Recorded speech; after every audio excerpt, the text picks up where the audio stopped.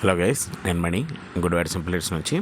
ఈరోజు మనం ప్లెయిన్ కోర్మా బిర్యానీ ఎలా చేసుకోవాలో చూద్దాం. ఈ స్టైల్ కోర్మా బిర్యానీ మా కృష్ణా గుంటూరు జిల్లాలో ఈ స్టైల్ కుకింగ్ అనేది చాలా ఫేమస్. ఇది చాలా టేస్టీగా ఉంటుంది, చాలా ఈజీ కూడా చేయటం. ఒకసారి చేసే ప్రాసెస్ ఎలా ఉందో చూద్దాం. First oil and ghee 100 add చేసుకొని, తర్వాత మన హోల్ గరం మసాలా వేసేసుకొని, తర్వాత ఆయిల్ ఫ్లేవరింగ్ చేసుకోవడానికి కోసం పుదీనా అండ్ కొత్తిమీర వేసుకొని ఒక్కసారి సాటే చేసేయాలి. తర్వాత స్లైస్ కట్ చేసిన ఆనియన్స్ వేసి గోల్డెన్ బ్రౌన్ కలర్ వచ్చే వరకు ఫ్రై చేసుకోవాలి.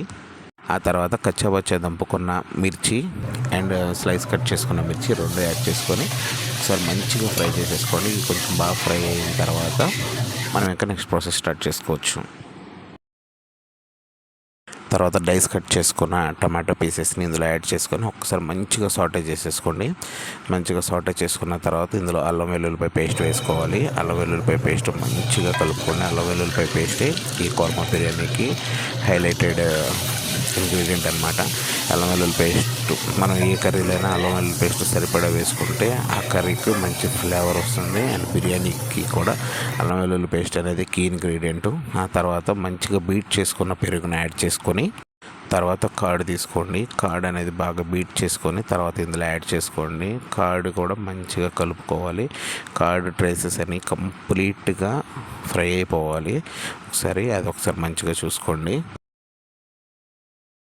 కర్డ్ అదంతా మంచిగా ఫ్రై మనకు వీడియోలో చూసుకునే విధంగా మంచిగా ఆయిల్ తెలిపోవాలన్నమాట. ఆయిల్ తెలిపిన తర్వాత ఇందులో సాల్టు, పసుపు, కారం, గరం మసాలా, బిర్యానీ మసాలా, కసూరి మేతి ఇవన్నీ వేసుకొని కూడా ఒకసారి మంచిగా సాటే చేసేసుకోండి. మసాలాలన్నీ బాగా ఫ్రై అయిపోవాలి. ఇది మీడియం టు లో ఫ్లేమ్లో చేసుకోండి. హై ఫ్లేమ్లో పెడితే మసాలా మాడిపోయి కోర్మా అనేది బ్లాక్ కలర్ వచ్చేస్తుంది. మీడియం టు లో ఫ్లేమ్లో చేసుకోండి. ఆ తర్వాత నిమ్మకాయ రసం, బిర్యానీకి అనేది సరిపడా పులుపు ఉంటేనే టేస్ట్ ఉంటుంది. సరిపడా పులుపు కోసం మీకు ఎన్ని కావాలంటే అన్ని తీసుకోండి. యూజువల్గా అయితే 1 కేజీకి 5 పెద్ద సైజు నిమ్మకాయలు పడతాయి. దాన్ని బట్టి మీరు చూసుకోండి. తర్వాత మేము ఇందులోకి పాలు యాడ్ చేస్తాము, ఎందుకంటే కర్రీలో కలర్ బ్యాలెన్స్ చేయడం కోసం పాలు యాడ్ చేస్తాం అన్నాడు. పాలు యాడ్ చేయటం వల్ల కోర్మా కానీ కర్రీస్ కానీ ఏమైనా కానీ మంచి కలర్ వస్తాయి. అది ఒకసారి మీరు చూసుకోండి. తర్వాత కోర్మా కుకింగ్ అంతా అయిపోయిన తర్వాత ఒక్కసారి కొత్తిమీర వేసుకొని ఒకసారి మంచిగా కలిపేసుకొని కోర్మాని స్టవ్ బంద్ చేసి పక్కన పెట్టేసేసండి.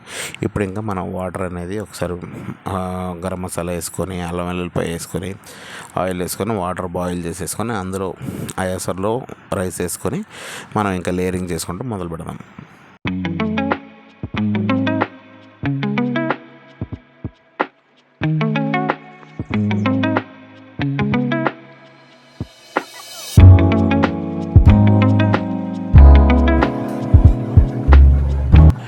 కోర్మా మనం సైడ్ పెట్టడం వల్ల కొంచెం టైట్ అవుతుంది అనమాట. ఈ టైట్ అయిన కోర్మాని మనం ఐఎస్ఆర్ వాటర్తో కొంచెం డైల్యూట్ చేసుకోవాలి. డైల్యూట్ చేసుకున్న తర్వాత 25%, 50%, 80% రైస్ని బాయిల్ చేసుకొని అలా 3 స్టెప్స్గా రైస్ వేసేసుకోవాలి. 3 స్టెప్స్ రైస్ వేసుకొని ఇంకా దమ్ పెట్టేసుకోవడమే. దమ్ము పెట్టుకున్న తర్వాత అరౌండ్ 30 మినిట్స్ పడుతుంది అనమాట. దమ్ము కంప్లీట్గా దమ్ అయిపోవటానికి రైస్ మొత్తం ఆరిపోవాలి. ఆరిపోయిన తర్వాత మాత్రమే దమ్ తీసుకోవాలి. అరౌండ్ 30 మినిట్స్ టైం పడుతుంది. మనం ఈ బిర్యానీ చేయడానికి హోల్ దమ్ ప్రాసెస్ వచ్చేసి అరౌండ్ 1.5 అవర్ పడుతుంది. రైస్ని 2 అవర్స్ నానబెట్టుకోవాలి. తర్వాత ఇంకా మనం కోర్మా ప్రిపరేషన్, దమ్ ప్రిపరేషన్, కోర్మా బిర్యానీ ప్రిపరేషన్స్కి వాటికి అరౌండ్ 1.5 అవర్ పడుతుంది. సో పేషెన్స్తో కుక్ చేసుకోండి, చాలా టేస్టీగా ఉంటుంది ఈ బిర్యానీ. నేను ఈ స్టైల్ బిర్యానీ ఎసరతో, చికెన్తో అండ్ మటన్తో చేసుకుంటాం ఎలా అనేది నేను మీకు అప్కమింగ్ వీడియోస్లో చూపిస్తాను. ఇది మా కిచెన్లో చేసే ప్లెయిన్ దమ్ బిర్యానీ. ఇది మా కస్టమర్స్ చాలా ఇష్టం. ఈ బిర్యానీ టేస్ట్ అండ్ ఫ్లేవర్, మనం వాడే మసాలాస్ అవన్నీ కూడా ఏ రోజుకి ఆ రోజు ఫ్రెష్గా గ్రైండ్ చేసుకుంటాం వల్ల టేస్ట్ కూడా చాలా బాగుంటుంది. ఈ బిర్యానీకి వెజ్ అండ్ నాన్ వెజ్ అన్ని కాంబినేషన్స్ కరెక్ట్గా ఉంటాయి. మేము ఈ బిర్యానీకి రికమెండ్ చేసే నాన్ వెజ్ కాంబినేషన్ వచ్చేసరికి చికెన్ రోస్టు చాలా బాగుంటుంది. నేను మీకు వీడియోలో పెట్టింది చూడండి. ఆ చికెన్ రోస్టును ఈ బిర్యానీ కాంబినేషన్ అనేది ఎక్సలెంట్గా ఉంటుంది. అండ్ వెజ్లో అన్లిమిటెడ్ కాంబినేషన్స్ ఉంటాయి. ఒకసారి మా కిచెన్కి వస్తే మీరు ట్రై చేయొచ్చు.